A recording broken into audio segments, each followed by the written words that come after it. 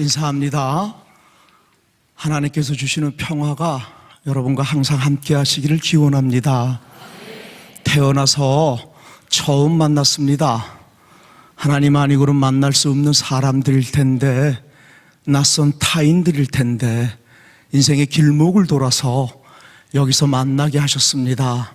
이 만남이 하나님 드러나고 하나님 영광만 나타나는 만남으로 이어지기를 소망합니다.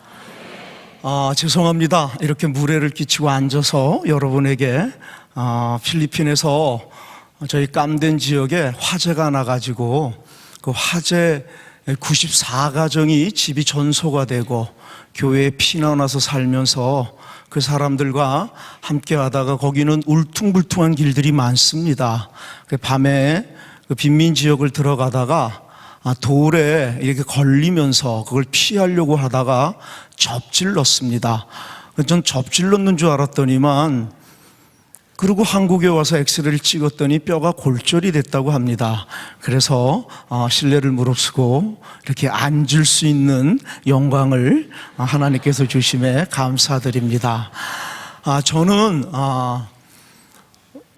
감리교 목회자입니다. 제가 한국에서 선교사로 있으면서 20년을 거기 있으면서 현장에서 가장 어려웠던 것이, 그리고 가장 슬펐던 것이, 왜 우리는 같은 하나님을 믿으면서도 만날 수 없는 것인가? 그런 것들이 그 현장들 속에서 하나님은 만나라고 하는데, 연합해서 선을 이루라고 하는데, 왜 우리는 말은 그렇게 하면서 삶의 현장들 속에서는 만날 수 없는 건지, 만나기만 하면 여기 생명 살릴 일들이 너무나 많은데 이런 것들이 그 현장들 속에서 슬픔들이었습니다. 그래서 기도할 때, 하나님, 이제는 교단 상식과 인간의 생각으로, 감리교는 감리교, 장로교는 장로교, 침례교는 침례교, 이런 좀 상식을 좀 내려놓고 하나님 선교가 뜻이 맞는 사람들, 그런 사람들을 만나 하나님 나라를 이루어가는 도구 되어야 되지 않겠습니까? 그런 생각의 기도를 참 많이 했습니다. 기도만 했는데 저는 다니엘 기도가 그냥 철야 기도인 줄 알았습니다. 그래서 한 번 와가지고 한 명 하는 그런 줄 알았었는데, 이렇게 3,000교회가 넘게 초교파적으로 어떻게 장로교 합동 측에서 감리교를 부를 수 있습니까? 이게 하나님 영광입니다. 인간의 상식으로는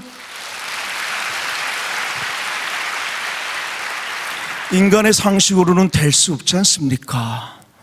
장로교는 선교사가 없습니까?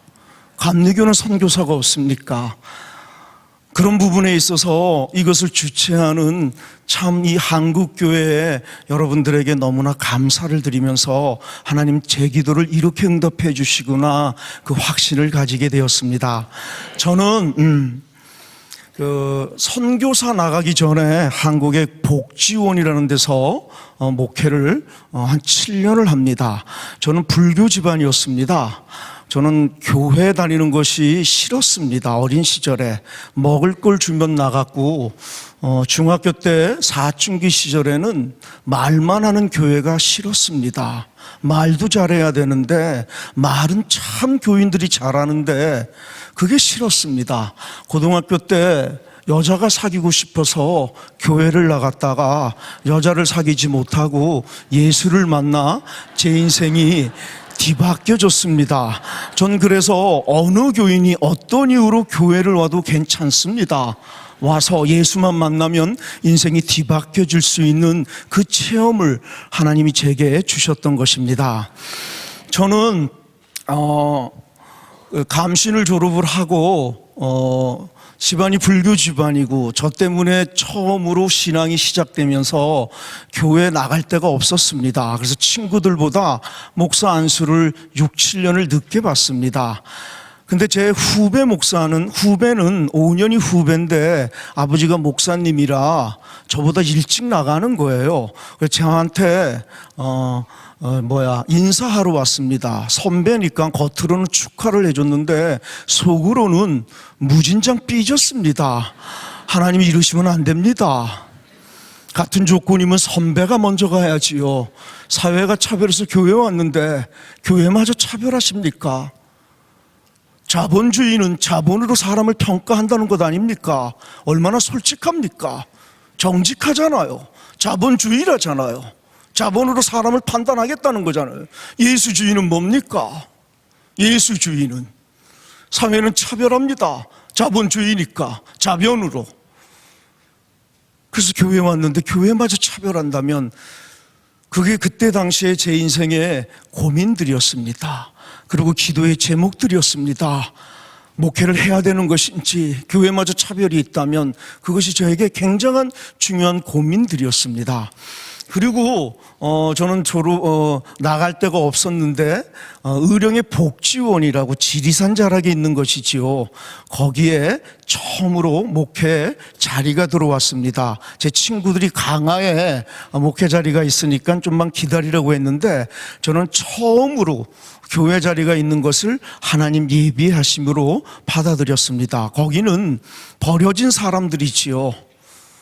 알코올 마약 중독자들, 내성마비 신체부재유자들, 버려진 아이들, 버려진 노인들, 그리고 정신박야가, 정신분열자들, 사회로부터 버려진 사람들입니다. 가족들로부터 400명이 모여 사는데 처음 가서 예배를 드리는데 헌금을 220원을 하는 겁니다. 근데 어떤 친구는 100원을 헌금하면서 90원을 거실로 달라고 하는 겁니다. 그래서 잔돈이 없다고 예배 끝나고 거실로 준다니까 내가 전도서 어떻게 믿고 예배 끝날 때까지 기다릴 수 있느냐고. 그래서 우린 잔돈통을 꼭 준비했습니다. 전 거기서 하나님, 이들은 싸우려고 태어났습니까? 할 정도로 참 많이 싸우는, 태어난 이유가 싸움인 것처럼. 제가 필리핀 빈민촌에 가보니 하나님, 이들은 빨래하려고 태어났습니까? 할 정도로 그렇게 빨래만 하는데, 복지원의 사람들을 보면 싸우려고 태어난 것처럼 하나밖에 없는 나그네 인생끼리 존재 이유가 싸움인 것처럼 싸웁니다. 피가 나도록 싸웁니다. 물어봅니다. 왜 싸우는데? 무슨 이유가? 그러면 얘기합니다. 그게 웃깁니다. 이놈이 짜장면이 우동보다 더 맛있다 그래가지고 피 터지게 싸우는, 세상엔 그런 삶들이 있습니다. 그런 세상들이 있습니다. 거기서 목회는 제가 아무리 말을 잘해도 알아듣지 못합니다. 거기서 목회는 몸으로, 삶으로 하는 목회를 하나님 제게 요구하셨습니다. 방이 50개 있는데 아침에 일어나면 방마다 찾아가 인사하는 것입니다. 안녕히 주무셨느냐고. 그리고 아픈 사람 있으면 껴안아 기도해 주는 거. 아침, 점심, 저녁에 원생식당에 가서 반찬 없지만 맛있게 먹으라고. 그리고 같이 먹어주는 거. 저녁에 점호가 끝나면 또 방마다 찾아가 잘 자라고 인사하는 그런 단순한 목회들이었습니다. 여러분, 거기서 가장 어렵고 의미 있었던 목회는 한 달에 한 번 생일자 회식을 합니다. 그때 파티를 여는데 서너 시간 춤을 추는 겁니다. 원생들끼리 브루스를 추는데 여자 원생들이 사람을 차별합니다. 남자 원생하고 브루스 치기를 원하지 않고 새끼 목사인 저하고만 브루스 치기를 원하는 겁니다. 자기들은 한 번인데 저는 끝날 때까지 쳐야 하는 겁니다. 그래서 힘들다고 한 번만 쉬자 그러면 전도사가 사람 차별한다고 삐집니다. 쉬지 못하고 4시간을 브루스 치는 게 그 시절에 요구되어지는 목회들이었습니다. 목회는 삶의 현장들 속에서 잉태되는 것입니다. 이론과 입술에 있는 것이 아니고 논리 속에 있는 것이 아니라 처절한 삶의 현장들 속에서 하나님의 그 진리가 그들의 상황들 속에서 어떻게 적용해야 되는 부분들이었습니다. 저는 5년 전에 복지원을 한번 다시 방문했는데 제가 그 복지원에 7년 있었을 때 포기했던 알코올 중독자입니다. 그렇게 개구신 짓을 하는 사람이 없습니다. 목사 이전에 사람이니까 귀신은 뭐 하나 저거 안 데려가고 할 정도로 모든 사람에게 불행만 주고 슬픔만 주고 절망만 주는 사람, 이 세상에 꼭 있어야 할 것인가? 그런 생각이 들 정도로 그래서 목사이면서도 마음속에서는 포기했고 사랑을 건성으로 심었습니다. 그리고 10년이 지나서 제가 다시 그 복지원에 갔는데 그 알코올 중독자는 항상 저보고 전도사라고 반말을 했었습니다. 여전히 10년 만에 만났는데도 전도사야 하고 반말을 하는 겁니다. 근데 이렇게 얘기합니다. 전도사야, 내가 요즘 기도가 땡긴다 그러더라고요. 난 포기했는데, 그래서 건성으로 심었는데 하나님은 포기하는 사람들이 없구나. 그 건성으로 심은 사랑 속에서도 하나님 꽃이 피게 하시고 변화를 일으켜 주셨구나. 그래서 누구도 이 세상에 포기하는 사람이 없어야 된다는 거, 목사, 네 상식과 네 생각으로, 네 경험으로 사람을 판단하고 사람을 포기하지 말라는 그런 것을 제게 가르쳐 주었습니다. 여러분, 저는 거기서 장례를 200명 이상을 합니다. 시체 닦는 것이 제 주특기입니다. 그때도 하나님께 삐집니다. 하나님, 나도 목사인데 결혼 주례는 한 번도 못하게 하시고 허구한 날 장례만 하고 시체만 닦게 하시냐고. 그 시절에 그 하나님의 예비하심을 저는 몰랐었습니다. 투덜거리고 하는데, 여러분, 복지원은 쉽게 죽습니다. 먹을 게 없어 죽는 것보다 잊혀진 존재들, 누구 하나 찾아와 주지 않는, 기억해 주지 않는 그런 사람들이 생명의 끈을 쉽게 놓습니다. 저는 그 죽음 앞에서, 임종 앞에서 하나님께서 제게 죽음의 신학을 가르쳐 주셨습니다. 여러분, 예수를 믿으면 첫 번째 복이 물질의 복이 아닙니다. 예수를 믿으면 삶과 죽음이 같은 말임을 깨닫게 됩니다. 죽음을 의식하며 사는 자들 파닥거리지 않습니다. 가볍지 않습니다. 진지해집니다. 죽어도 가지고 갈 수 있는 것들을 준비하고 생각하는 것입니다. 하나님께서 우리에게 주시는 복이 죽음입니다. 죽음을 의식하는 자들, 하루를 죽음을 의식하며 살아가는 자들은 죽어도 가지고 갈 수 있는 것에 내 삶을 자꾸 맞춰가려고 하는 그 복을 누리는 것입니다. 여러분, 그 죽음 앞에서 하나님이 제게 가르쳐 주신 것이 오늘밖에 없다는 것입니다. 오늘이 내 인생이 죽는 날이라면, 오늘이 내 인생의 마지막이라면 여러분 어쩌시겠습니까? 여전히 지지고 볶고 싸울 겁니까? 미워하고 시기하고 질투하고 남들 피눈물 나게 하고 못된 짓 하실 겁니까? 우리가 예수를 그렇게 오래 믿으면서도 그 짓을 하는 것은 이 진리가 없는 것입니다. 이 진리가 없는 것입니다. 죽음의 신학 앞에서 하나님이 내게 가르쳐 주신 건, 기독교는 인생의 오늘이 내 인생의 마지막이라는 심정으로 오늘을 살아가라는 것입니다. 여러분, 오늘 죽는다면, 오늘밖에 안 남았다면 오늘 이 하루를 어쩌시겠습니까? 기독교는 오늘밖에 안 남은 이 하루를 죽어도 가지고 갈 수 있는 것에 초대하는 것입니다. 기독교에서 죽어도 가지고 갈 수 있는 게 뭐겠습니까? 하나님을 사랑하고 이웃을 사랑하는 것입니다. 하나님 그 죽음 앞에서 제게 그것을 가르쳐 주셨습니다. 여러분들, 죽으면 가족에게 연락을 하는데 오지 않습니다. 30만 원의 그때 당시에 화장비가 없었거나 아니면 가족으로 생각하지 않았던 거지요.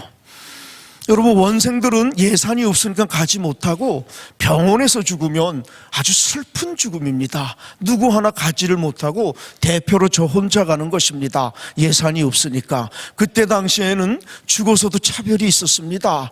원생들을 그 영안실에 놓지 않고 창고 쪽에 원생을 놓으면 저 혼자 가서 알코올로 그 시체를 닦는 것입니다. 그리고 마지막 가는 길, 나그네 인생길에 한 번도 새 옷 입어보지 못한 사람들, 쌍방울 표 메리아스 속옷, 그 마지막 새 옷 입히고 저 혼자 며칠 후 그렇게 노래를 불렀습니다. 그때 저는 하나님께 그런 기도를 했습니다.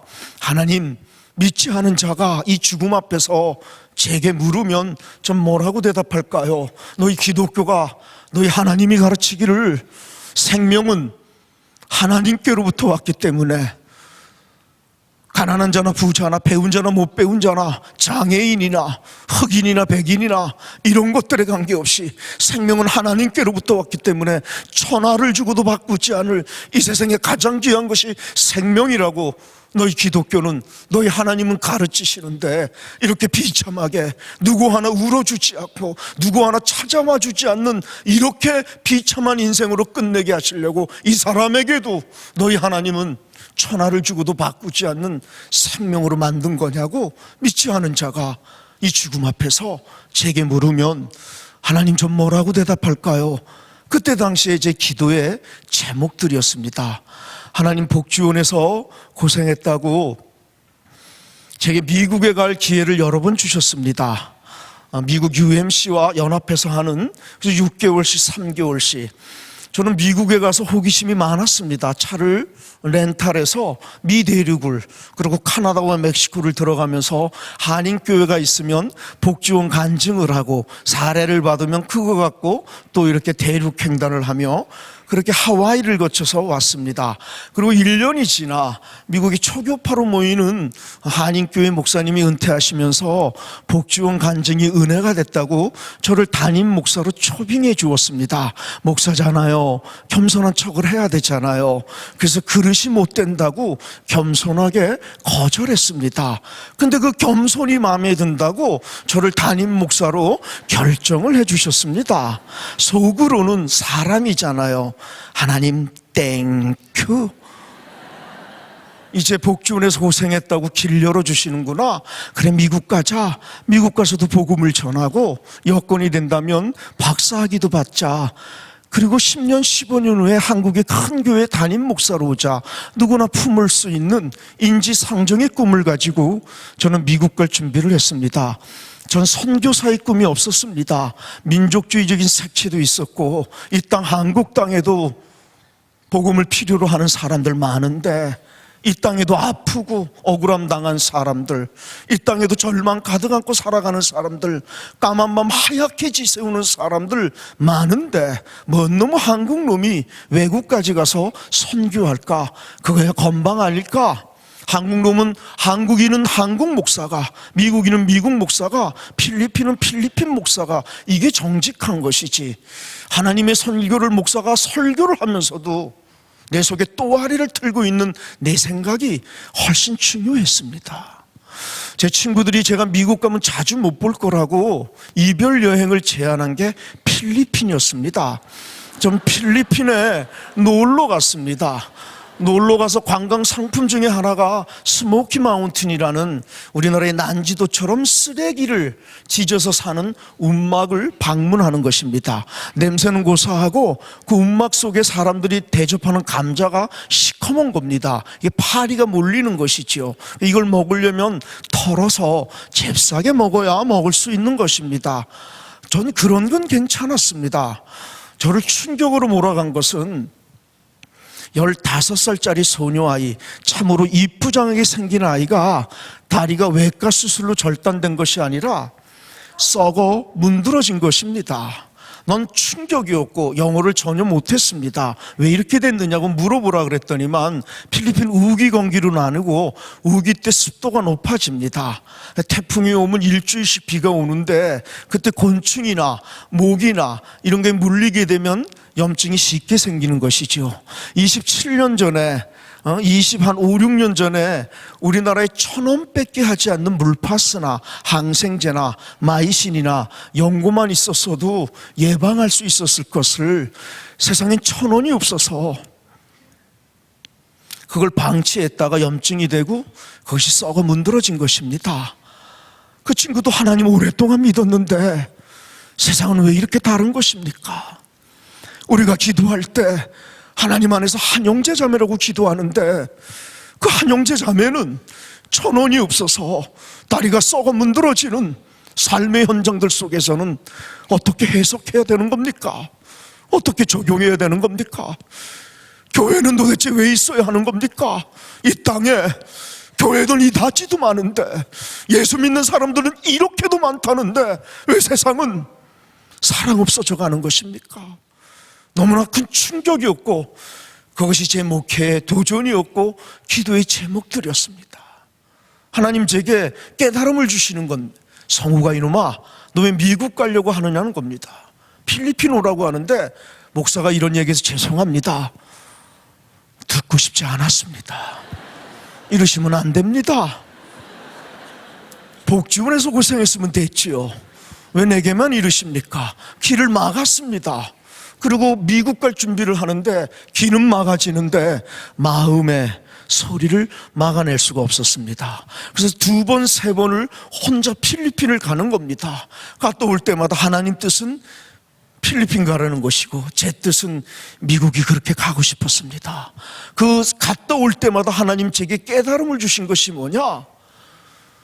저 사람이 너 대신 태어났다는 것입니다. 택도 없는 소리지 않습니까? 난 한국인, 쟨 필리핀인데 그게 무슨 상관입니까? 하나님 사랑도 유분수지요. 한국인들만 사랑하면 되는 거지요. 내가 뭐 잘났다고 외국인까지 사랑합니까? 제가 너 대신 태어났다는 겁니다. 네가 태어날 때 뭐 한 거 있느냐는 겁니다. 태어날 때 잘한 게 있느냐는 겁니다. 자격이 있느냐는 겁니다. 네가 잘한 게 있어서, 자격이 있어서 태어나니 좋은 나라 대한민국 좋은 부모를 만난 게 아니었다는 겁니다. 저들이 태어날 때 뭘 잘못한 게 있어서 죄를 져서 태어나니 가난하게 장애인으로 태어난 게 아니었다는 겁니다. 선택할 수 있다면 누군들 가난하게 태어나고 싶겠습니까? 선택할 수 있다면 누군들 장애인으로 태어나고 싶겠습니까? 난 아무것도 잘못한 게 없는데 태어나니 장애인이었습니다. 태어나니 가난했는데 사지 멀쩡한 사람들이 장애인이라고 병신이라고 놀리기까지 합니다. 예수 믿으면서도 우리가 그 짓을 합니다. 목사인 제가 그랬던 겁니다. 여러분 태어날 때 뭐 하신 게 있으십니까? 자격이 있으십니까? 그래서 좋은 나라 대한민국에 좋은 부모님을 만나신 것입니까? 이 진리가 깨달아지면 제가 나 대신 태어났다는 이 진리가 깨달아지면 건방을 떨 수 없습니다. 나의 나됨이 내 잘남이 아니었음을.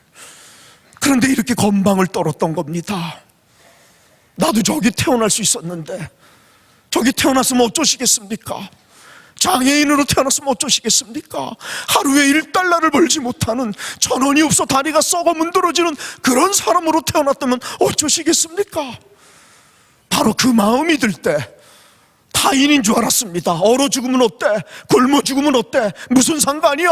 예수 잘 믿어서 나와 내 가족만 잘 행복하게 살면 되지, 그러는 것이 복인 줄 알았는데 하나님께서는 그 현장들 속에서 너 대신 태어났다는 것입니다.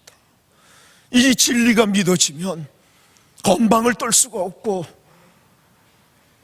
내 대신 태어난 그들이 너무 고맙고 미안하고 죄송해서 내 마음을 주기 시작하는 거, 그걸 선교라고 하는 것입니다. 그걸 사랑이라고 하는 것입니다. 사랑은 적선하는 것이 아닙니다. 내 마음을 주는 것입니다. 내 마음을 줄 수 없어서 거기에 물질을 담는 것입니다. 여러분, 하나님이 이런 진리를 깨닫게 해주셨는데도 전 순종을 2년 동안 못합니다. 미국이 그렇게 가고 싶었습니다. 하나님이 이런 진리를 목사한테도 깨닫게 해주는데도 내 속에 내 뜻이 훨씬 큽니다. 하나님 뜻이 틀린 것 같습니다. 요번만큼은 내 생각이 맞는 것 같습니다. 미국 가서 정당성, 명분, 합리화 다 할 수 있지 않습니까? 거기서도 복음을 전하면 되니까. 여러분, 순종을 못하니까 어떤 현상이 일어나느냐? 감사가 사라지고 다람쥐 쳇바퀴 도는 그런 형식적인 예배가 되고 소명과 사명이 희미해집니다. 짜증과 원망이 생기는 내 모습들, 교인들한테는 순종이 제사보다 낫다고 그렇게 쉽게 설교했지만 내 문제가 되니 순종이 너무 어려웠습니다. 아니, 안 하고 싶었습니다. 내 생각이 옳은 것 같습니다. 이제는 안 되겠구나. 그리고 기도원에 갔는데도 찬양도 기도도 아무것도 되지 않습니다. 왜? 내 속에 하나님 뜻과 내 뜻이 싸움이 일어나기 때문입니다. 그저 성경을 끼적이다가 저를 결단으로 만나게 해주신 기절이 여러분 모두가 아는 겟세마네의 기도입니다. 예수님이 얼마나 땡깡을 부립니까? 땀이 피처럼 변하는 기도를 3번 할 정도로 예수도 당신의 뜻이 있었던 겁니다. 당신의 생각, 당신의 원함. 여러분, 예수가 신이기만 했다면 십자가는 쇼입니다. 신이 무슨 아픔을 느낍니까? 아프지 않는데 누군들 십자가 못 지겠습니까? 배반만한 인간들을 사랑하려고 말로만 했어도 사랑할 수 있었다면 하늘에서 말로 사랑하면 될 것을 배반하는 인간들은 말로 해서는 안 바뀌니까 신이 사람이 되신 것입니다. 사랑은 위에서 밑을 보는 것이 아닙니다. 불쌍히 여기는 게 아닙니다. 동정하는 것이 아닙니다. 그렇게 시작하지만 우리는 예수의 인간을 향한 사랑을 만나야 됩니다. 인간은 하늘에서, 예수는 인간을 보고 사랑한 게 아닙니다. 배신만 하는 인간들을 사랑하려고 하늘을 버리고 신을 버리고 인간이 되신 것입니다. 인간이 뭡니까? 더 만난 거 먹고 싶은 겁니다. 더 오래 살고 싶고, 더 편안하고 싶고, 더 행복하고 싶고, 더 건강하고 싶고. 그게 사람입니다. 예수 이 땅에 죽으려고 왔습니다. 네가 죽으면 인류의 속죄의 길이 열린다는 거, 그 사명 갖고 왔지만 우리와 똑같은 연약한 육신을 입었기에, 사람이기에 우리처럼 내일 죽는다는 엄연한 현실 앞에서 죽어야 된다는 사명 속에서도 우리와 똑같은 연약한 인간이기에 얼마나 그 죽음이 무섭고 두려웠으면 우리처럼 얼마나 할 수만 있다면 살고 싶으셨으면 땀이 피처럼 변하는 기도를 3번을 하는 겁니다. 좀 가르쳐 주시기 바랍니다. 인생의 어떤 이유가 사람으로 하여금 땀이 피처럼 변하는 기도를 토해내게 하는 것입니까? 목숨을 걸었다는 얘기인데 할 수만 있거든 이 잔을 내게서 거두시옵소서. 고상한 얘기입니다. 현대말로 얘기합시다. 죽고 싶지 않다는 겁니다. 우리처럼 살고 싶다는 겁니다. 우리처럼. 사람이 살고 싶다는 게 잘못입니까? 죽으라는 하나님이 잔인한 것 같지요. 기도는 땡깡을 부리며 시작하는 겁니다. 이 예수의 땡깡 보십시오. 예수도 하나님의 뜻에 순종한다고 왔지만 당신의 원함, 당신의 뜻이 땀이 피처럼 변하는 기도를 3번 토할 정도로 강했던 겁니다. 그랬던 그분이 마지막으로 보여주는 게 무엇입니까? 기도를 통해 하오나 내 뜻대로 마옵시고 아버지 뜻대로 하옵소서. 우린 이걸 믿음이라 그러고 순종이라고 합니다. 기도는 땡깡으로 시작했다가 이 예수의 기도의 완성을 배우는 것입니다. 내 뜻을 내려놓으려고 하는 것입니다. 내 뜻을 만족하고 내 뜻을 이루려고 땡깡을 부리며 시작했다가 기도해보면 이 예수의 기도를 만나는 것입니다. 나를 위한 하나님으로 우리는 기도를 시작합니다. 하나님은 나를 위해 있어야 된다고, 내 필요를 채워주고 내 욕구를 싣고 이 문제를 해결해주고 그래도 되지요. 연약하잖아요. 우리는 그렇게 예수처럼 땡깡으로 시작했다가 기도를 하면 이 예수의 기도의 완성을 만나는 것입니다. 나를 위한 하나님에서 하나님을 위한 내가 되는 것, 그것을 기도의 완성이라고 하는 것이고, 그것을 순종과 믿음이라고 하는 것이고, 그때 하나님 영광이 드러나는 것입니다. 다른 말로 얘기하면 원하는 것만 할 수 있는 게 아닙니다. 원하지 않는다고 안 할 수 있는 게 아닙니다. 이걸 믿음이라 그러고 이걸 순종이라고 하고 이걸 기도의 완성이라고 하는 것입니다. 예수 믿기 전에는 원하는 것만 했습니다. 하고 싶은 것만 했습니다. 땡기는 것만 했습니다. 죽었다 깨어나도 내가 하기 싫으면 안 했습니다. 그래도 되는 줄 알았습니다. 자본주의는 그렇게 가르치니까요. 내가 땡기는데, 내가 인생의 주인이니까. 그랬던 우리가 이 예수를 만나 이 기도를 통해 다른 가치를 만나는 것입니다. 그분 때문에 내 원함을 내려놓는 거, 그때 다른 사람들은 내 변한 모습을 통해 하나님을 만나는 것, 그것이 하나님께 영광입니다. 죽었다 깨어나도 내가 하기 싫으면 안 했던 것을 예수님 때문에 그 하기 싫은 걸 하기 시작할 때 하나님이 드러나는 것입니다. 기도는 하나님이 드러나는 것입니다.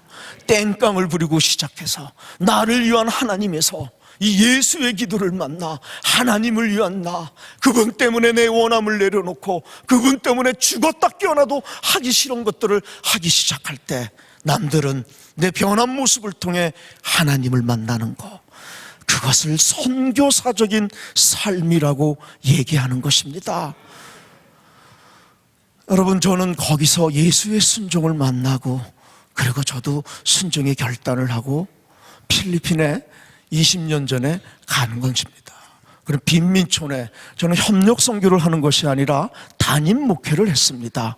우리 교인들은 전부 빈민들 필리핀 현지인들이고 한국 사람은 저와 우리 가족밖에 없는 것이지요. 한국에서처럼 똑같이 담임 목회를 하는데 필리핀에 가난한 사람들은 하루에 1달러를 벌지 못하는 사람들이 2천만 명 정도가 필리핀에 있습니다. 하루에 1달러를 벌지 못합니다. 1,000원을 벌지 못합니다. 그런 사람들, 내가 그렇게 태어났다면 난 어떤 마음이었을까? 난 무엇을 원했을까? 바로 그 원함을 해주기 시작하는 것, 그것을 믿음이라고 하는 것입니다. 여러분, 이 빈민촌은 개천을 중심으로 형성합니다. 왜 그러냐? 화장실이 없기 때문입니다. 그 오줌똥을 개천에 싸는 것입니다. 그럼 비가 오면 쓸어주는 것이지요. 한두 평 되는 데서 7, 8명이 자야 되니 부모는 누워 자지 못합니다. 시간차로 자는 사람 집도 있고, 아니면 부모는 벽에 기대서 앉아서 자는 것입니다. 삶이 아니고 생존이지요. 목숨을 연명하는 사람들이 참 이 세상엔 많습니다. 목숨을 버티는 것입니다. 버텨나가는 것이지요. 그런 사람들이 너무나 이 세상에 많습니다. 25억의 인구들이 그렇다는 것입니다. 여러분, 거기 가면 너무나 불쌍해서 처음에는 내가 가지고 있는 모든 것들을 주었습니다. 그러면 그 사람들이 고마워하고, 그러면 저는 양심 있는 목사, 사랑이 많은 목사인 줄 착각했습니다. 기분은 너무너무 좋고 말입니다. 난 정말 사랑이 많은 목사야, 그런 줄 알았습니다. 그런데 주일이 돼서 어느 교인이 아프다 그래서 처음으로 제가 주일날 그 빈민촌에를 들어갔는데, 내가 오는 줄 모르고 깜된 교인들이 Today is Sunday, let's go 깜된 슈퍼마켓 그러는 겁니다. 그들은 슈퍼마켓으로 온 겁니다. 한국인 선교사들이 있는 곳에 교회가 예배가 끝나면 쌀을 주고 일용자파를 주고 슈퍼마켓에 오는 것입니다. 우리는 근데 그것이 사랑인 줄 착각했던 겁니다. 여러분, 주어서 저들의 인생이 뒤바뀔 수 있다면 국어를 해서라도 줘야 되는데 주어 보시기 바랍니다. 인생이 바뀌기는커녕 하나님, 겉으로는 하나님 믿는다고 하지만 선교사를 의지합니다. 사람을 의지하는 것입니다. 너무나 엄청난 충격이었습니다. 너무나 엄청난 충격.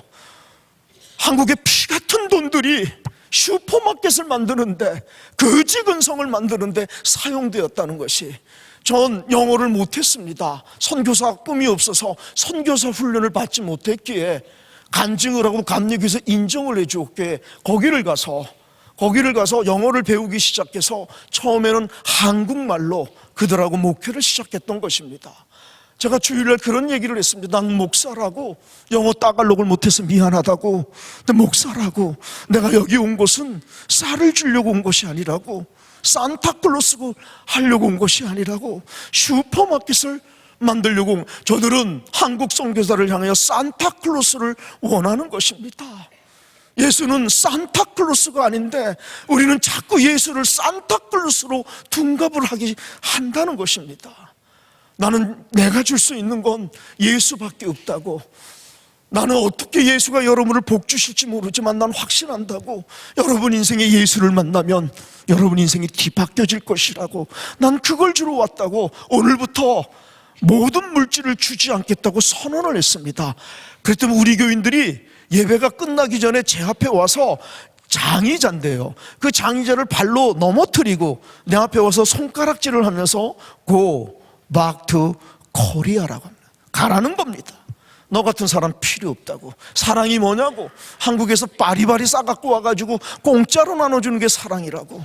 한국 선교사들한테 필요한 건 그것밖에 없는데 안 줄 것 같으면 가라는 것입니다. 보이콧을 하는 겁니다. 그 빈민촌에 무서웠습니다. 살인사건도 일어날 수 있고 마약도 하는 그 빈민촌 쪽에, 여러분, 무서울 때 사람은 무릎을 꿇습니다. 하나님 거 봐요, 내가 미국 간다고 했잖아요. 미국 왜 이러십니까 정말. 사람이 무서우니까 도망갈 데가 없는 것, 의지할 데가 없으니까 그때 사람은 진심으로 전심으로 무릎을 꿇는 것입니다. 믿음은 무릎을 꿇는 것입니다. 예배는 무릎을 꿇는 것입니다. 사람이 무릎 꿇기가 쉽습니까? 누가 누구한테 무릎을 꿇습니까? 종교라는 건 무릎 꿇게 하는 겁니다. 졌다는 얘기입니다.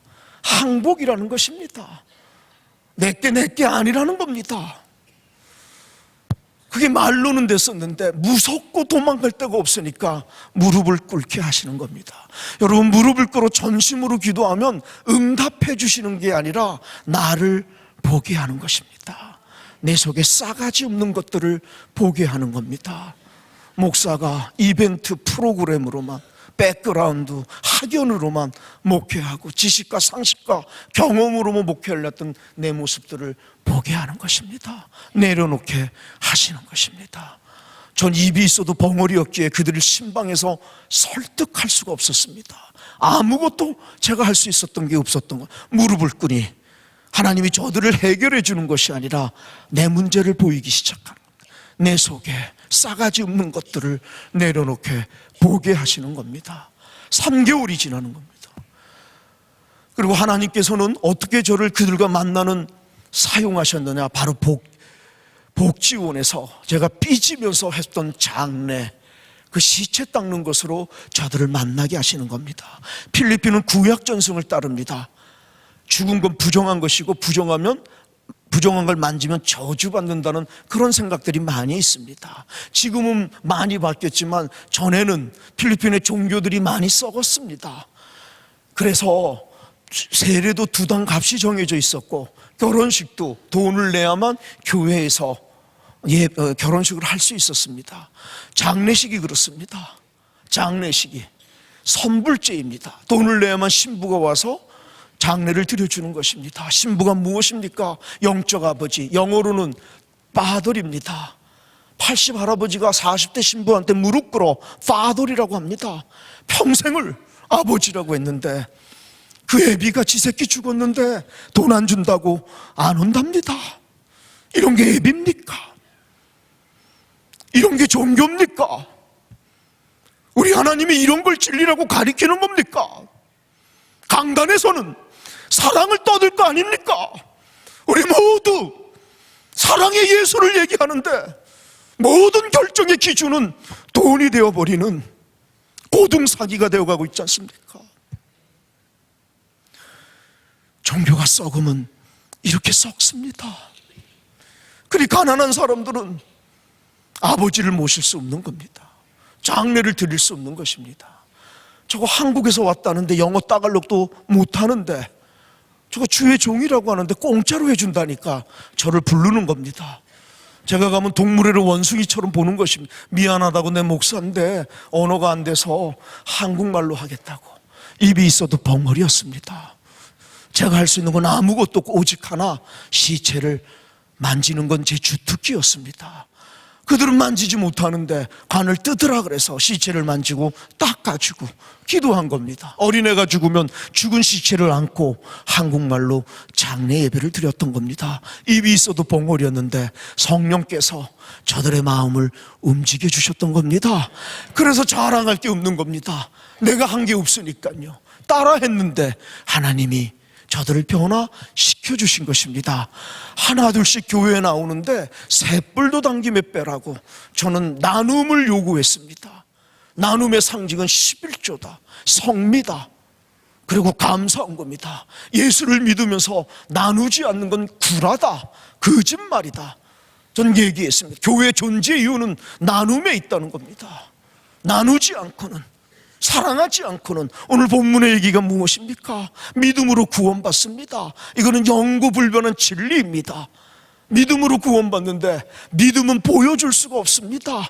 믿음은 사랑으로만 확증하는 것입니다.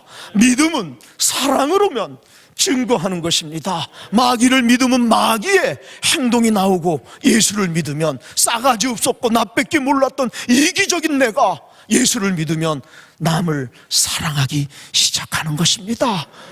오늘 본문의 얘기입니다. 전 그걸 요구했습니다. 나누라고, 예수쟁이임을 보이라고, 떠들지 말라고. 여러분, 모든 종교가 누군들 사랑을 가리키지 않습니까? 부처는 사랑을 안 가리킵니까?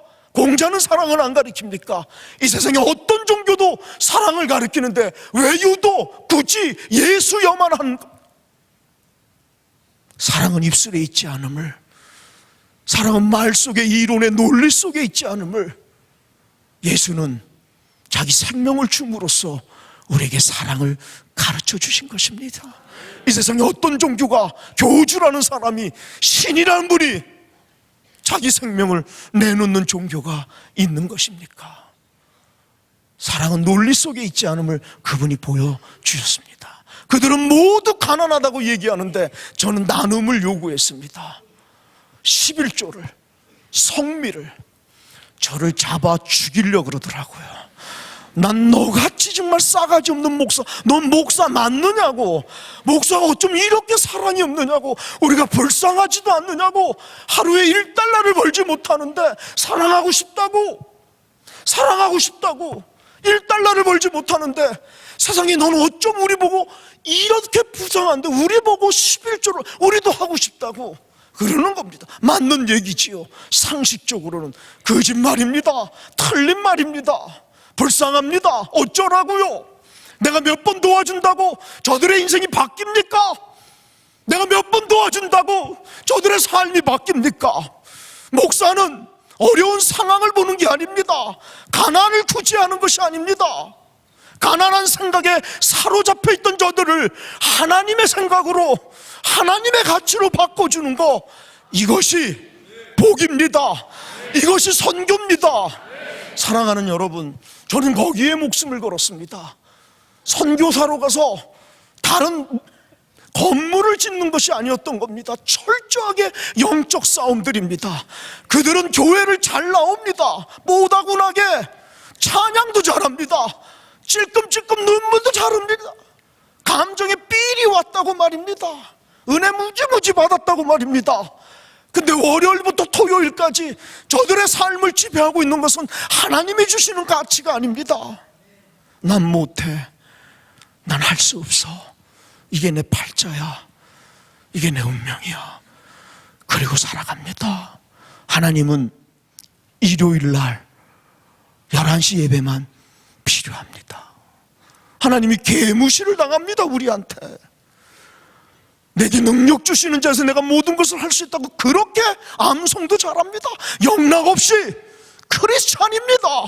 Looks like 크리스찬, 예수 잘 믿는 것처럼 보이는데 월요일부터 토요일까지 저들의 삶에 영향을 주는 가치는 하나님이 주시는 가치가 아니라 자기 상식, 자기 실패, 자기 경험, 팔자론, 운명론에 빠져 살아가는 것입니다. 난 못해, 난 할 수 없어, 해도 별 수 없어, 이게 내 팔자야, 이게 내 운명이야. 여러분은 어떠십니까? 저는 그 싸움을 하는 것입니다. 출애굽 시절에 하나님이 약속까지 합니다. 가나안 땅을 주시겠다고. 네, 하나님 거짓말쟁이 되지 않습니까? 7일이면 갈 수 있는 것을 40년을 뺑뺑이를 광야에 돌리는 이유가 뭡니까? 자유의 땅에는 자유의 가치를 가져야 되는데, 자유의 가치를 가진 자들이 자유의 땅에 들어가 축복이 되어야 되는데, 40년을 왜 돌립니까? 만나와 메추라기 불기둥 구름기둥으로 그 기적이 나오기만 하면 하나님 땡큐 하고, 조금만 어려우면 뭐라고 합니까? 차라리 이집트에 노예로 사는 게 행복할 수, 자유를 주시겠다는데 자유의 가치를 바꿔주려고 40년을 훈련시키는데도 하나님이 직접 훈련을 시킵니다. 기적까지 보여줍니다. 안식일 날 그들은 예배 다 드립니다. 모든 절기를 다 지킵니다. 그런데도 월요일부터 토요일까지 조금만 힘들면 차라리 이집트에 노예로 사는 게 나을 뻔했다. 광야에서 죽는 게 나을 뻔했다. 자유를 주시겠다는데, 자유의 가치를 가져야 되는데, 자유의 믿음을 소유해야 되는데, 우리는 예수를 믿으면서도 여전히 월요일부터 토요일까지는 내 믿음, 내 경험, 내 상식, 팔자론 운명론에 빠져 살아가는 것입니다. 저는 20년 그 싸움을 하는 겁니다. 그 싸움. 또 하나의 싸움은 나눔입니다. 그들은 복 받으면 나누겠다고 얘기합니다. 이 문제만 해결해 주면, 직장 생겨주면, 이 병 고쳐주시면 하나님 일 하겠답니다. 맞는 말이잖아요. 우리의 상식으로는 구랍니다. 하나님 안에서는 거짓말입니다. 택도 없는 소리입니다. 복 받으면 나누면 개나 소나 다 합니다. 예수 안 믿어도 합니다. 거기 무슨 하나님이 드러나겠습니까? 거기 무슨 하나님 영광이 나타나겠습니까?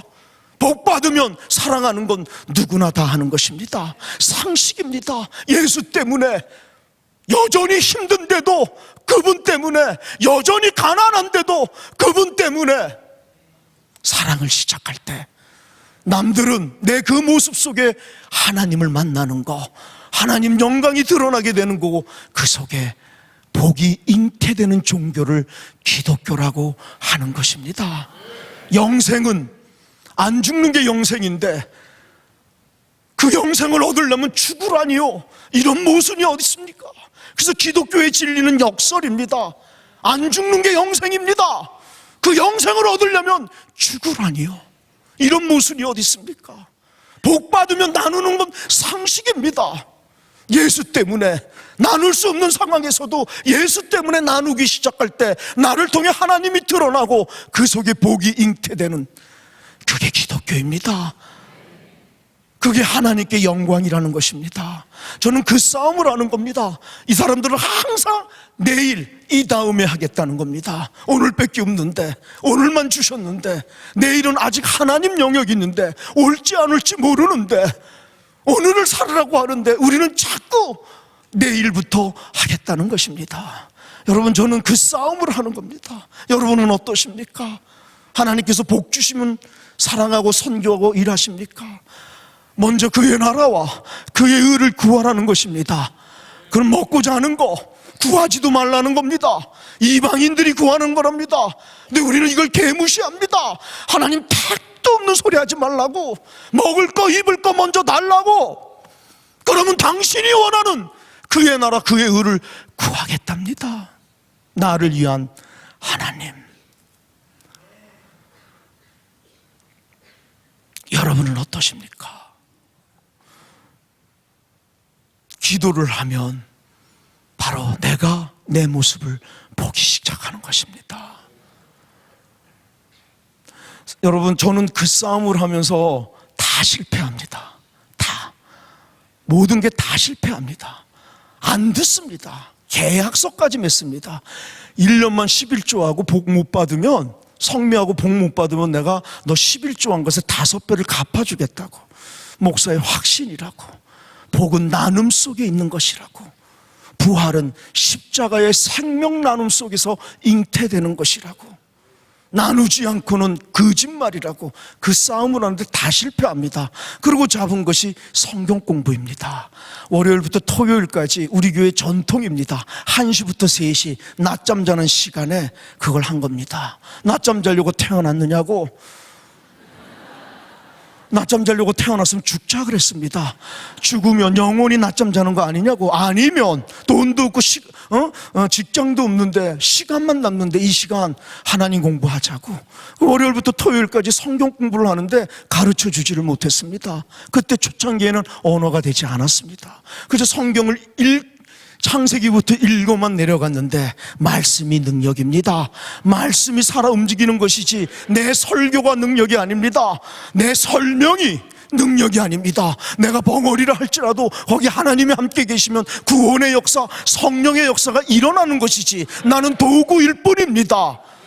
말씀이 입이 있어도 벙어리서 가르쳐주지 못하고 설명하지 못했는데 5년이 지나 우리 깜댕교회는 성경 1독이 끝나는데 말씀이 능력이 돼 순종하는 자가 생기기 시작했습니다. 여러분, 그 시절에 10만 원이 우리 교회 제일 부자입니다. 한 달에 10만 원을 가지고 살아야 되는데 8명이 10,000원을 11조 한다는 건 말도 안 되는 소리입니다. 근데 말씀이 들어가니 순종하는 자가 생겼는데 11,000원을 한 겁니다. 10,000원은 11조, 1,000원은 감사 헌금입니다. 여러분, 말씀이 그리고 기도가 우리를 순종하게 합니다. 내 뜻을 내려놓게 하는 것입니다. 그때 하나님 영광이 드러나는 것을 그 삶의 현장들 속에서 가르쳐 주시는 겁니다. 우리 교회는 11시 예배를 9시 예배로 바꿨습니다. 왜 그러냐? 점심을 먹지 않기로 결의를 했습니다. 성미 모은 곳으로 점심을 먹으니 이걸 나눠줄 수가 없었던 겁니다. 그래서 점심을 안 먹으면 이 성미를 가지고 예수를 믿든 안 믿든 이 지역에 오늘 당장 쌀이 필요로 하는 사람에게 나누어 주자는 교인들이 그렇게 싸가지 있어져 가는 것입니다. 100원 하나 갖고 그렇게 싸웠던 사람들이, 그렇게 욕심부렸던 사람들이, 집 뺏기 몰랐던 사람들이 예수를 믿으니 싸가지 있어지는 것입니다. 병을 고치는 것도 기적이지만 여러분, 기적의 정말 기적이 뭔지 아십니까? 병이 있는데도 예수 때문에 그 병 속에서도 감사를 표하는 게 기적이라고 합니다.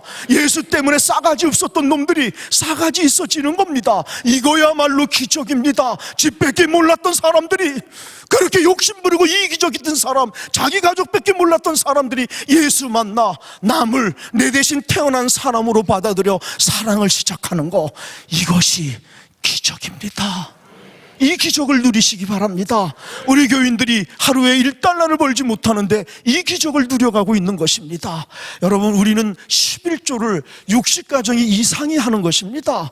2,000원, 3,000원, 5,000원이 11조인데 그걸 모아 버림받은 할머니들을 한 달에 15분의 할머니, 할아버지를 우리가 돕고 있습니다. 매주일 성미가 나오면 그 성미를 가지고 우리 속장들이 나가가지고 쌀이 필요로 한 사람이 주고 오는 것입니다. 주고 올 때 가관입니다. 우리 교인들 어깨 훅까지 딱 넣고 옵니다. 여전히 예수 믿어도 빈민촌에 살지만 예수 믿어보니 내가 바뀐 겁니다. 지지고 볶고 싸우는 게 인생인 줄 알았는데, 내 욕심 때문에 남 피눈물 나게 하면서 나만 잘 살면 되는 줄 알았는데, 여전히 가난해서 빈민촌에 살지만 예수 믿었더니 내가 남에게 행복을 주는 사람이 된 겁니다.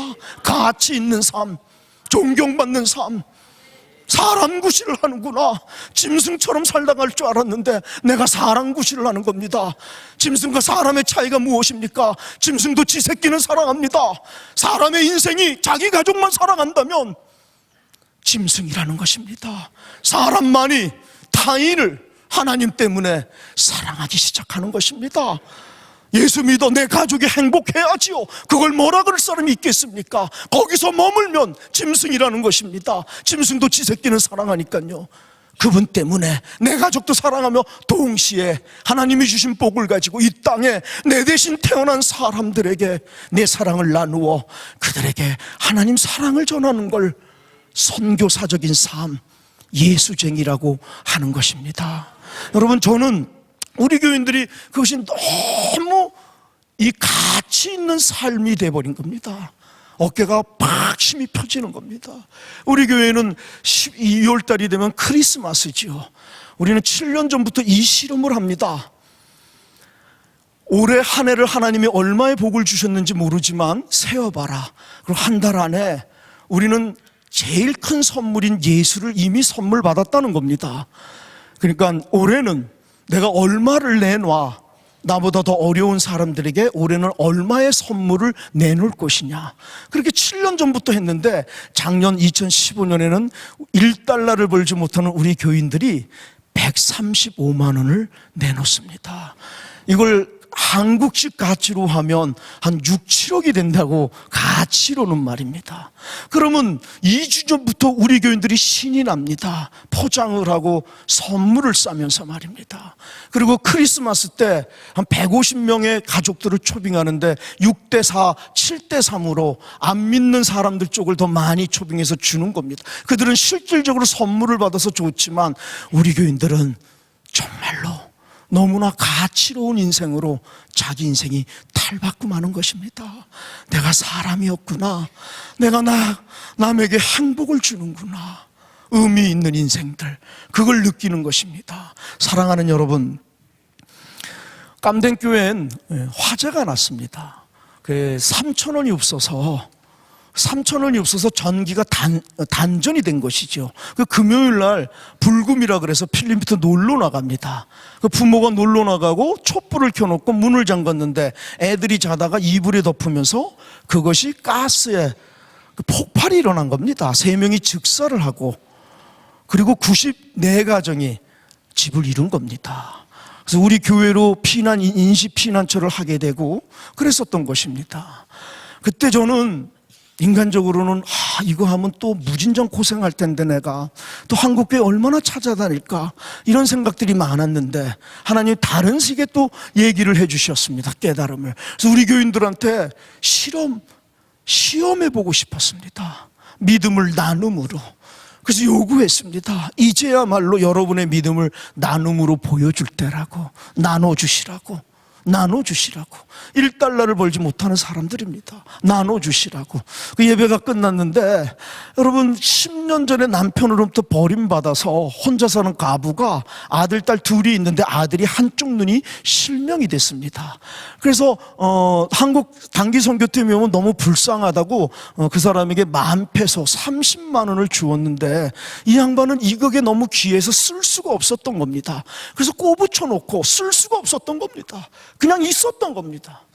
그런데 이 하자가 살면서 나누라고 하니까 이 가부가 식모를 하면서 일주일에 딱 2번만 식모일을 살아갈 수가 없는 사람입니다. 근데 30만 원을 내놓은 것입니다. 제가 그걸 카톡으로 보고를 했더니만 한국의 어느 2분 장로님이 통곡의 회개를 합니다. 난 장로라고 내 거 다 쓰고 남는 걸 주는 게 사랑인 줄 알았는데 이 여자는 장로인 내게 사랑의 정확한 의미를 가르쳐 주었다고. 예수가 우리를 어떻게 사랑했습니까? 2개 있는 생명 하나 준 게 아닙니다. 하나밖에 없는 생명을 준 걸 기독교는 사랑이라고 하는 것입니다. 내 거 다 쓰고 남는 걸 주는 걸 적선이라고 하는 것입니다. 그렇지 않은 사람보다 이 적선도 귀하지만 이 예수 사랑을 만나면 내 거 다 쓰고 남는 걸 주는 데서 지금 내게도 소중한 것을 내 대신 태어난 사람들에게 나누기 시작하는 거, 그걸 예수의 마음이라고 하는 것입니다. 이 장로님 2분이 그 고백을 합니다. 나는 50년 예수 믿고 장모고 나 나름대로는 사랑이 많은 장로인 줄 알았는데 이 여자, 이 가부가 내게 사랑을 무릎 꿇게 했습니다. 내 거 다 쓰고 남는 주는 것이 사랑이 아니었군요. 이 여자처럼 자기에게도 너무나 소중한 것을 예수 때문에 나누기 시작하는 거. 그래서 한 분은 20,000페소를, 한 분은 200만 원을 보내오면서 그분에게 10,000페소를 줬으면 좋겠. 그분은 10,000페소를 내놓고 20,000페소를 받는 대박을 경험하는 것입니다. 대박만 경험하겠습니까? 가치 있는 여자가 됐지 않습니까? 존경받는 여자가 돼버린 겁니다. 그 가부에 자기 소중한 걸 내놓은 것이 우리 깜댕교회에 주저주저하고 눈치 보고 욕심 부렸던 사람들을 나눔의 삶으로 이끄는 도화선이 되었던 것입니다. 의미 있는 인생, 가치 있는 인생, 부자면서도 손가락질 받는 부자들이 얼마나 많습니까? 세상에는 예수 믿어 하나님이 보좌로 복을 주었는데도 아직도 멀었다고 하는 사람들. 여러분들, 빈민촌에서 우리 깜대는 5,000명 이상의 단기 선교팀이 다녀갑니다. 우린 그걸 영성훈련이라고 얘기합니다. 가나안 농군학교처럼 깜대는 영성훈련학교로 가는데 참 많은 사람들이 변화가 일어나는 겁니다. 근데 그 중에 변화들 중에 많은 변화가 있는데 아주 하나가 일용할 양식입니다. 난 주기도 전에 하나님께서 예수님이 일용할 양식이라서 아따 째째하시다 싶었습니다. 한국에서는 주실 것 같으면 천년만년의 양식을 주시지 어떻게 일용할 양식만 얘기할까?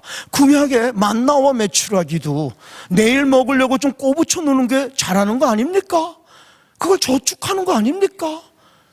미래를 위해 준비해야 되는 것 아닙니까? 이거 칭찬은 못할 망정 그거 저장해놨다고 냄새나 구더기표 못 먹게 하는 겁니다.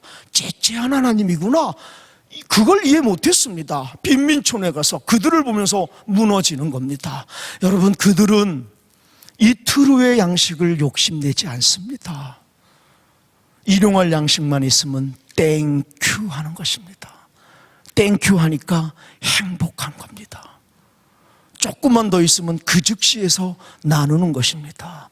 한국의 사업에 실패했던 권사님, 장로님, 집사님들이 그 현장에 와서 자기 파트너들의 그런 모습, 나보다 100배, 1000배나 못 사는 이들이 보여주는 그 모습 속에 무너지는 것입니다. 어쩜 이들은 이렇게 남을 배려할까? 친절하고 하나님을 향해 신구약을 가지고 말씀을 전하고 남을 향해 1달러를 벌지 못하는 지도 이렇게 못 사는데 눈물 흘리며 남을 향해 기도하며 자기 속에 있는 10원, 20원 되는 그 작은 돈을 나보다 더 가난한 사람에게 나누어주는 모습 속에서 한국 분들이 무너지는 것입니다. 나는 저들보다 1000배나 100배나 잘 사는데도 이 한국에서는 여전히 아직도 멀었다고 조금만 더 달라고 했던 내 모습. 오늘 나누지 못하면 미래에 나누지 못합니다. 근데 우리는 자꾸 조금만 더 달라고 합니다. 아직 멀었다고 합니다. 그래서 죽을 때까지 우리는 아직 멀었다 하면서 살아가는 것입니다. 그 현장에 와서 그 나보다 1000배나 못 사는 사람들이 보여주는 그 모습들, 그들은 이틀 후의 양식을 욕심내지 않습니다. 일용할 양식만 있으면 땡큐, 땡큐 하니까 행복합니다. 행복해서 감사하는 건 상식입니다. 누구는 못합니까? 감사할 수 없는데 예수 때문에 감사를 선언하니 행복이 오는 것입니다. 그때 하나님 영광이 드러나는 것을 그 빈민촌의 사람들이 보는 겁니다. 한국에 많은 젊은이들이 와서 서울대, 연대, 고대, 한동대 수백 명이 거기 와 돌아가는 의사가 많은 사람들이 거기에서 의사가 되어 갑니다. 왜? 그 현장들 속에서 우유를 먹지 못해 죽어가는 애를 보면서 우리 집 냉장고에는 우유가 그렇게 많은데도 먹지도 않으면서도 내 거라고 남도 줄 생각 못하고 욕심부려 유통기간 지나면 쓰레기통에 버렸던 나를 만나는 겁니다. 내가 예수쟁이 맞나? 농구를 시작했는데 농구가 중단됩니다. 그래서 울어요. 한국에. 왜 그래? 하다 때는 몰랐는데 하다 보니까 자기들은 운동화 신고 하고 필리핀 사람들은 쫄이나 맨발로 하는 것입니다.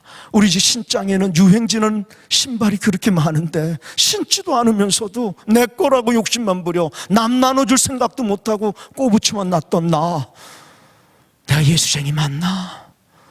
여러분, 작년에 서울대를 간 목사 딸이 있었습니다. 걔는 중학교 2학년 때 왔는데 그렇게 아주 그 반항적이었었습니다. 근데 아나바다에 들어갔는데 애가 쓰러진 겁니다. 그리고 하는 얘기입니다. 그 아나바다가 한국의 중고 옷을 가지고 와서 하는 것인데 쓰러지는 겁니다. 그 와서 왜 그러냐 그랬더니만 자기 옷장에는, 자기 책상에는 안 입는, 안 쓰는 옷들과 학용품이 그렇게 많답니다. 쓰지도 입지도 않으면서도 한 번도 이걸 남에게 나눠줄 생각을 못했다는 겁니다. 걔 말입니다. 우리 아버지는 목사인데 싸가지 없는 딸 때문에 교인들한테 얼마나 쪽팔렸을까. 돌아갔습니다. 그리고 한 달 후에 어마어마한 소포가 오는 것입니다. 그러면서 편지가 왔는데 선교사님, 난 싸가지가 없었습니다. 난 짐승이었습니다. 사람이 아니었습니다. 깜된 그 4박 5일을 통해 내 인생이 바뀌었습니다.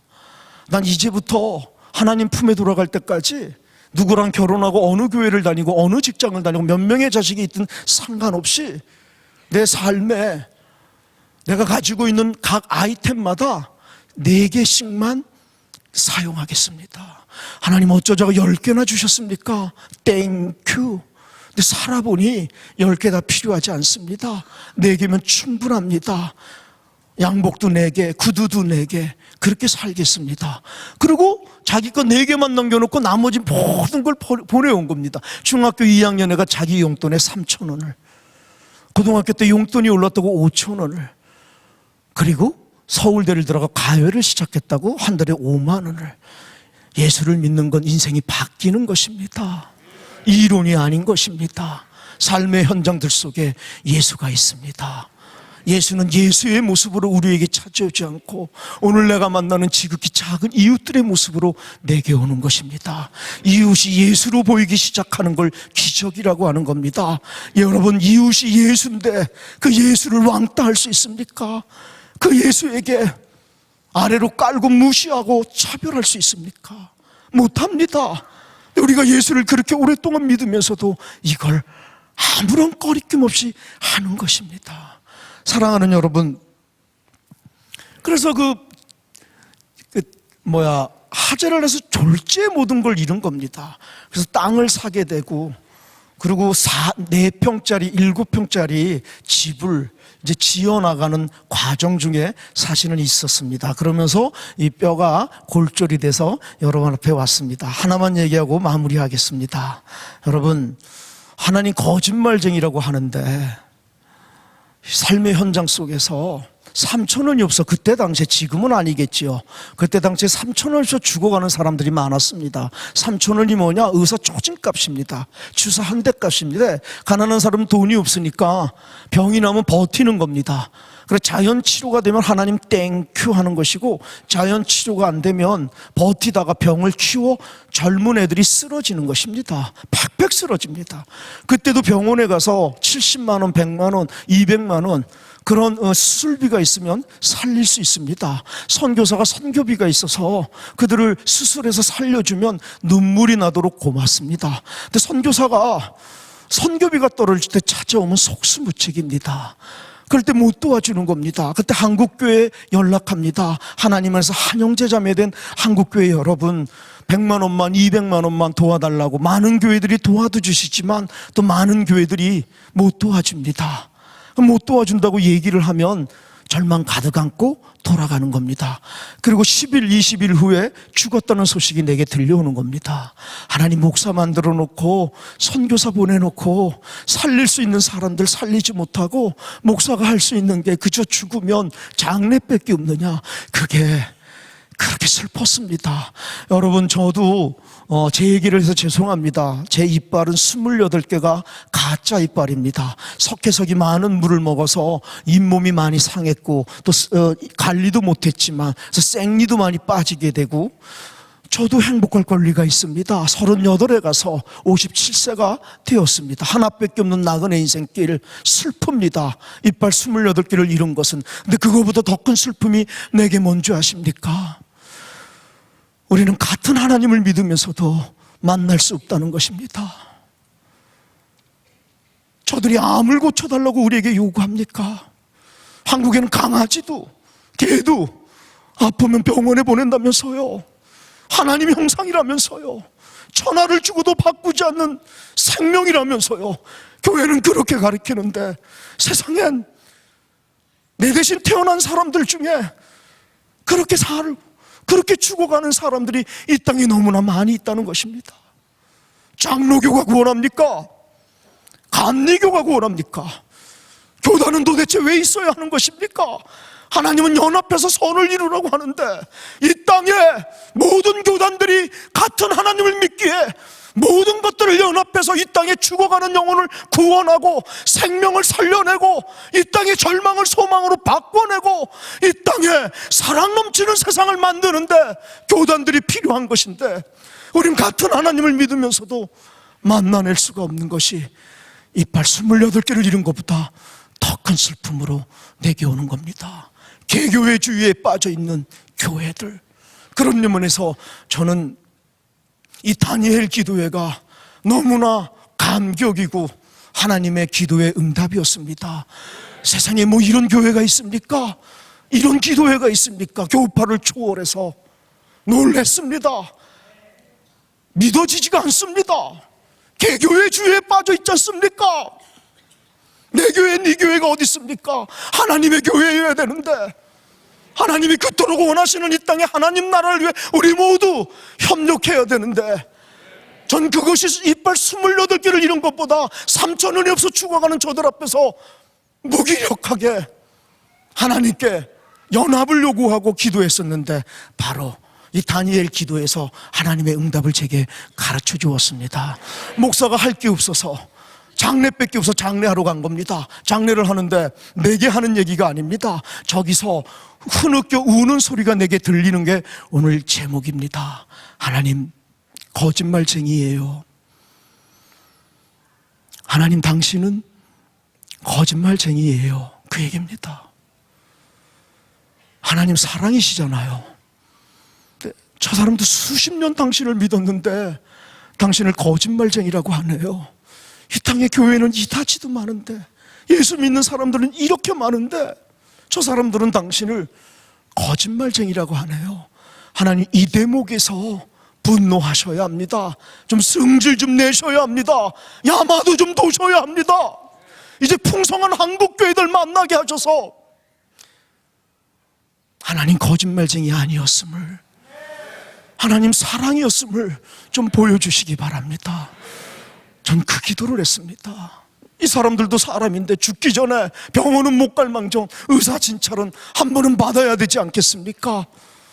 그리고 기도했는데 하나님 제 기도를 8년을 묵히셨다가 기독교 방송국의 한 방송에 거기서 똑같은 얘기를 합니다. 난 여러분들이 어느 교회를 다니는지 모릅니다. 이름도 모르고 감리교 장로교인지도 모릅니다. 그러나 이 텔레비를 보면서 우리가 믿는 하나님이 같은 하나님이라면 이제 호소합니다. 내 대신 태어난 사람들, 3,000원이 없어 죽어가는 사람들, 하나님 거짓말쟁이 놓고 절망 가득 안고 살아가는 사람들, 그 사람들이 너무나 많습니다. 여러분 하나님 믿어 복 받으시기 바랍니다. 그 복으로 여러분 인생과 가정이 찬란하고 풍성하고 행복하시기 바랍니다. 동시에 그 복이 도구되어서 이 땅에 내 대신 태어난 사람들, 하나님 거짓말쟁이라 믿고 절망 가득 안고 살아가는 저들에게 여러분의 사랑의 나눔을 통해 하나님 거짓말쟁이 아니었구나, 하나님 사랑이었구나, 그것을 좀 보여주시기 바랍니다. 그렇게 호소했습니다. 1,000원부터 100만 원 이런 게 모두 오죠. 깜되면 무료 병원이 생기기 시작했고 무료 유치원이 직업훈련이 생기기 시작. 그래서 지금 그 모든 것들이 하나님 영광의 도구로 쓰면서 장학금을 주면서 우리 아이들, 그렇게 개구신짓된 아이들 중에 이번에 5명이 한국 사람들의 그 장학 혜택을 통해서 5명이 고등학교 선생이 나옵니다. 삼성의 3명이 취직을 하고,